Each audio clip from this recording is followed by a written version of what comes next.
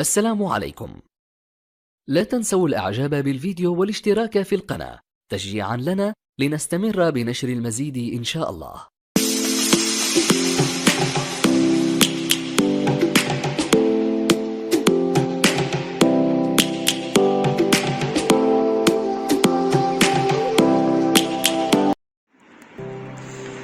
طيب، السلام عليكم ورحمة الله وبركاته. شباب بنات، كيف حالكم؟ إن شاء الله تكونوا بخير وسعادة يا رب. ورجعنا لكم تاني من جديد على قناة عالم الإنترنت. معاكم أخوكم الوميض الأزرق. الليلة شرحنا عن كيفية تنزيل التليجرام على الكالي لينكس، تمام، بطريقة مبسطة وطريقة واضحة وبدون أكواد. يعني أنا شاهدت كمية من الفيديوهات في اليوتيوب، ما عارف يكتب أكواد في الترمينال وما عارف برنامج طويل كده. فأنا اختصرت لكم الحكاية ووريكم طريقة بسيطة، بس تنزل التليجرام وتعمل حاجة كده بالضبط، وطوال الأمور كلها بتظبط معك. فنحن بنخش هسي في أي متصفح عندنا، مثلا الكروم، تكتبوا تليجرام،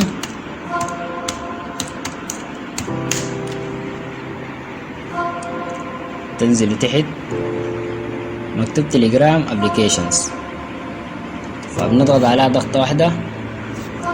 هنا كان دايرين ننزله للجوال، وهنا لا دايرين ننزله لسطح المكتب. اما هنا الويب ابليكيشن، فنحن بنخش في الديسكتوب هنا او سطح المكتب، تطبيقات سطح المكتب. عندنا مكتوب تليجرام للينكس x64، فبنضغط عليها ضغطة. هنا بدأ التحميل، لكن أنا أصلا منزله يعني، فما ضروري تاني أنزله من جديد. حجم التطبيق 37 ميجا، فبعمل له كنسل.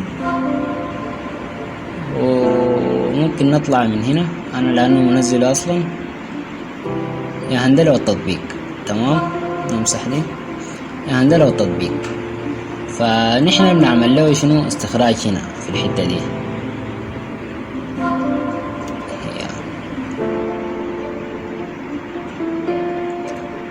يعني ظهر لنا مجلد جديد باسم تليجرام، فبنضغط عليه. هنا ظهرت لنا 2 ابليكيشنز، ففي واحدة فيهم مكتوب فيها تليجرام، دي نحن اللي عاوزينها. فبنخش في الخصائص بتاعتها، نضغط كليك يمين، نخش في الخصائص، نخش في الاوزونات. طبعا انا نسي ما مشغله، نطلع منه.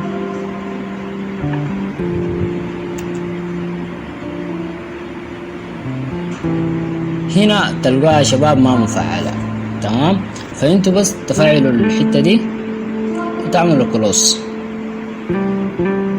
تضغطوا انتر، ويشتغل معاكم بالصورة الصحيحة والصورة المطلوبة.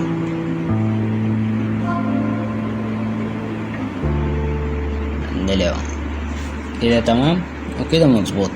ففي ميزات ظهرت جديدة في التليجرام، خاصة مع التحديث الجديد ده، وهي الميزات بتاعت القوائم او التبويبات، تمام. فانتوا لو لناس الجوال، في تليجرام بلس بيرتب لك الحاجات بالصورة حلوة وجميلة كده.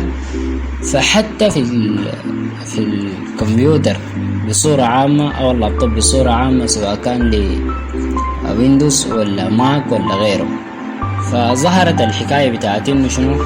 ممكن تبويب الحياة بتاعتك.